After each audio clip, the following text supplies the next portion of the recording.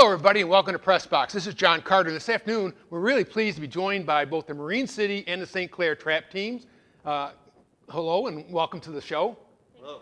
So going from this side, we got Jeremy Danielson, who's the coach of St. Clair. We got Audrey Danielson, who's the coach of Marine City. We got Jamie Stanislawski, who's one of the Marine City shooters. Grayson Melberg, who goes for St. Clair. Tyler Danielson there in the back, also from St. Clair. And then Mitchell Troy, who is also with St. Clair. Again, welcome and thanks for coming. Thank you. So let's start with the coaches. I honestly didn't know there was a trap team in St. Clair and Marine City. Maybe you can tell me a little bit about how this got started and how long it's been going. Jeremy, why don't you start with us? Well, there wasn't a trap team until last year. Audrey put together the team with permission from the school district for the first time in St. Clair. So last year there was 23 schools in the state of Michigan that were on the trap team. Okay. And now, Audrey, this year it's kind of evolved into two separate teams. Is that correct? We started with two separate teams. It's important to recognize the schools and their teams. So we do have a Marine City and a St. Clair team. Both schools started together last year. All right. And tell us a little bit about how your team did this year and how the teams did this year. Maybe Jeremy from St. Clair first? Sure. Our team did outstanding. We were second in our conference. We held first place, and then we fell to second and at the very end. So we did very well. And then we also had a couple of our student athletes that placed among the state that were in top 25 in the state. Excellent. How about the Marine City, Audrey? Marine City did outstanding as well. We're very proud of both teams. So all three of our ladies were top 10 in the state to finish. Wow. Yes, it was amazing. That's really terrific. How many competitors or athletes are there on each team? Well, St. Clair had 9 competitors this year. How about Marine City? Marine City had 10. Excellent. All right. So tell us a little bit about the competitions. How does it work? I don't think a lot of people know that much necessarily about the sport of trap shooting. So Jeremy, tell us a little bit about maybe the background of the sport first. Okay, so trap shooting is an Olympic sport. It's actually shot as in the Olympics. And it's a sport of firing a shotgun at clay pigeons. And what clay pigeons are, they're also referred to as birds, are small orange discs that are thrown from a machine when the shooter calls for it. And then the intent is to break the clay disc with the shot. So how does it work, Audrey, with teams? I understand, the individual aspect of it, but how does a team aspect work? We shoot in squads. There's squads of 5 students at a time. Each student shoots 5 birds at 6 stations. They rotate. So there's only one shooter at a time shooting, but it is a squad of 5 shooting at one. Okay, and how do you win or lose a competition? Is it just number of pigeons broke? Well, there's 2 ways. You win the competition by the number of pigeons broke, but then those scores are also taken from the individual and put into the team. For example, St. Clair's team, they would take all the individual scores for the team and average them. Okay. And then that would go against other teams in the state of Michigan electronically. So we don't have to travel for our competitions, but everything is digitally uploaded by the coaches and then compared to everyone else across the state of Michigan. So Audrey, you mentioned you kind of started this out. What motivated you to get started and how did that work? I love shooting sports, and I think it teaches kids responsibility, and I think it's a great avenue. It's a life skill that they'll have with them forever. So we wanted to see it start. Our son started high school last year, and it was a dream of mine to get him into shooting sports and have the trust in the high school to do this. It's kind of funny. I think people, when they think of this, kind of think of the Downton Abbey, the Lord going out with the funny pants and a guy handing him a shotgun and things like this. But this is a sport that's very, very popular in the U.S. and really throughout the world, right? You mentioned it's an Olympic sport. Yes, absolutely. And tell me a little bit about how you recruited some of the kids to join the teams. Well, there's no experience necessary. We have equipment if they need it. We get started with a will and a want to learn and a willingness to listen. Safety has to come first. With all gun sports, absolutely. Yeah. I'd be curious, you mentioned you had a co-ed team. What's the dynamic with having both girls and boys on the team trying to coach both sexes? I think it's been great. There's lots of competitive attitudes in there, but then there's also camaraderie. Girls and boys compete equally, and they have to hit as many targets. So depending on their skill and their want to learn is how well they do. Where do you practice, Jeremy? Where are there places around here you can actually do this? We practice at Blue Water Sportsman Association, which is on Ravenswood and Range Road last season. It's a great facility. They were very welcoming to the idea of having the high school trap teams, very accommodative for us.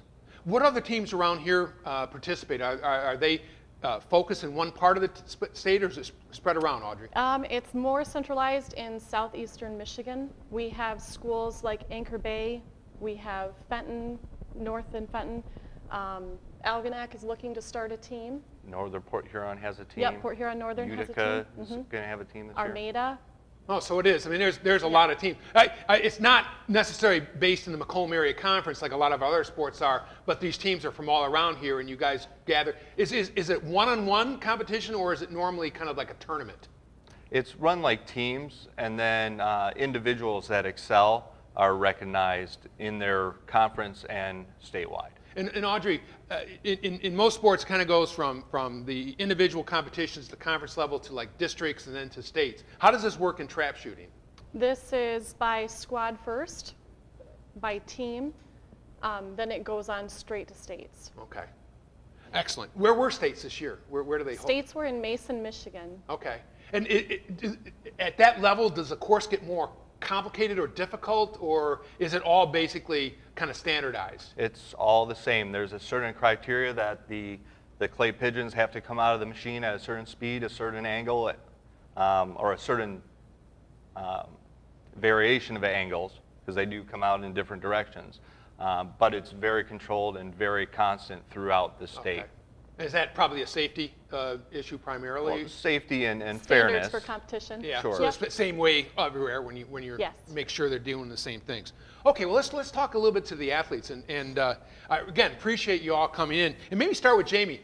I always like to ask, how did you get started? How long have you been shooting, and maybe who helped get you started in this? Well, I've been shooting ever since I was little. Me and my dad used to go hunting all the time, but I started to shoot trap about less than a year ago. Wow, And I just heard it was through the school, and I wanted to join. I wanted to be part of the team. excellent. Grayson, how about you? How'd you get started? Well, it was my grandfather who really started. He shot for a long time until he passed like 4 years ago. I decided to join a trap team and stuff. Okay, and Tyler, obviously your parents both do it. Has that motivated you, or have you kind of got into it on your own? Well, absolutely. I've started shooting since I was probably 10 years old. Just started with a small shotgun and then slowly built my way up. My parents were definitely very supportive of Okay. me and my ambitions to join this team. Okay, Mitchell, what about you? Did you start hunting first, or did you start shooting like this first? I started hunting first, and then I shot trap. I kind of did it myself. Oh, really? Set up your own course? Yeah, not necessarily, but shot in the backyard. Okay. Do you think most of the kids have a hunting background and then move into this as a competition, or is it kind of the other way around? Some do. I believe some do. They come from all different backgrounds. Some are just interested and don't have any avenue or a way to learn. So this opportunity, we have lots of kids who were interested and then came to our trap team to learn to shoot. And we had a couple who had never handled a gun before. Excellent. So, okay, Jamie, tell me, I always ask, you're a sophomore, you mentioned to me Yes. earlier, and you've been hunting and so on. What did you learn during your time now? You've been about a year in this trap team. What have you learned to make yourself better at this over that time period? It doesn't matter what the last beard you shot. If you missed it, you have to move on, and you got to hit the next one. And that's true of almost every athlete in every Right. sport, right? They talk about a cornerback having to have no memory, and it's true of the golfer and everything. Same thing here with this, though, huh? Yes. Excellent. Grayson, has this sport helped you, do you think, in school at all? What has crossed over from being in trap shooting to kind of general life? Well, it helped me out in my home life, and my family was very supportive of me and stuff. And school, not really, but still. Okay. Mitchell, I would think you need an awful lot of concentration to get through the course and follow that. How do you work and how do you stay focused during that entire time while you're shooting? You just clear your mind and just have no thought, just wait till the bird comes out and then blast it. So what's in your mind as you're waiting? I mean, what are you thinking about? What are you focusing on to make sure you do as you're waiting to take the shot? Is the bird just waiting patiently. Okay. Tyler, is there a trick to it? I mean, do you know how far to lead the target? I mean, what are you thinking about doing when you're shooting there? I mean, it all comes from experience. You know, you get out there the first time and you gotta get a feel for it. But I feel that you gotta just appreciate it and get the feel for it. So like once you get it, and then you gotta realize, okay, you gotta do this different next time. And then once you get that, you just start building skills upon skills. Okay, excellent. So Jamie, I always like to ask the athletes, what do you like most about the sport? What's the part of the sport that you enjoy the most? I think I like the fact that it's an individual competition, but at the same time you get the support from a team and you can still compete with others. How about you, Grayson? What do you like most? Just joining a team. Yeah, being part of a team even though it's individual. Mitchell, what about you? What's your favorite thing about the sport? Just the same thing, Grayson. Being with a team, being part of something, just instead of sitting around. Tyler, how do you pick up the kids if they've had, as Jamie said, forget about the last bird? How do you pick someone up that's had a kind of a tough day shooting? I mean, you just gotta let them know that, you know, you do better the next time. You always improve, and no matter what, you're out there to have fun. Okay. I want to ask you, Jamie, why do you think you're good at it? Well, we're going to talk about that medal you're wearing here pretty quickly, but why do you think you've gotten so good at this sport so quickly? It's just practice. You got to come to practice, you got to be ready to learn, and you got to be ready to listen, to adapt to your form, to adapt to the way the wind is blowing. Okay. Grace, what kind of equipment do you use? What gun do you shoot? Remington Supermodel 1100. What's good about that for you? It's good enough for my arm length, and the kickback's not too painful or nothing. And also it's my grandfather's main trap gun. Okay. And it's just perfect for me. Mitch, what about you? What gun do you use? 12 gauge pump action shotgun, and it's long enough for my arms. Right, because what are you, 6'3", 6'4"? 6'5". 6'5", so you've got to have something that fits in with your posture, correct? Mm-hmm. Tyler, how about you? What do you use? I use a Winchester SX3 Sporting. And coaches, I'm just curious, is there a trick or a skill to matching the gun with the athlete in something like this? What do you look for when you try to do that? Oh, absolutely. Well, you have individuals of different sizes. They have to have different guns, and guns are made like shoes. They have different lengths of pull, which is the size of the stock. So when they put the shotgun on their shoulder, their cheek rests on the stock where it's supposed to, and their support hand goes on the foregrip where it belongs. So it's a process, and some of us had some learning adventures with that. I'll share a story about Mitchell. Mitchell came to us with a very short, small shotgun, and he moved up to a bigger one, and I think it improved your game. And Jamie, you mentioned that you use a 12 gauge, which is, Yes. I mean, and maybe you can explain a little bit about the differences, kind of counterintuitively. A smaller gauge, 12, is actually a bigger gun than a larger gauge. Is that correct? Right. So the 20 gauge is the smallest gauge that you can use for trap on the league, and the 12 is the biggest gauge. And you're now using the 12. So what was the challenge in that for you? I think the biggest challenge was being able to still keep your form but not fall over from the kick. Because this is a pretty good sized gun. Yes. What's the advantage of using a bigger gun? The bigger gun, the more pellets you have to get the bigger spread to hit the Okay. targets. Tyler, what's the most difficult thing about the sport, do you think? Definitely, once you get started, it's not that difficult. The only thing is the motivation to want to improve. So you gotta, once again, just clear your mind, and that's definitely the biggest part. It's all mental. Okay. And Grayson, you mentioned you want to think about like a personal record. How do you get better as you go after trying to increase your personal record? Either practice or just try harder. Are there things that when coaches, I mean, how does it work during the competitions? Can you go, if you see something one of the shooters is doing incorrectly, can you go up and correct them, or are you kind of precluded from coaching like that? We're hands-on in practice, the biggest thing we can help these kids with is attitude is everything. So if they've had a rough day at school or they're frustrated about something, it's going to affect their shooting. Okay. So I always like to ask the teams, and maybe we'll start with Marine City.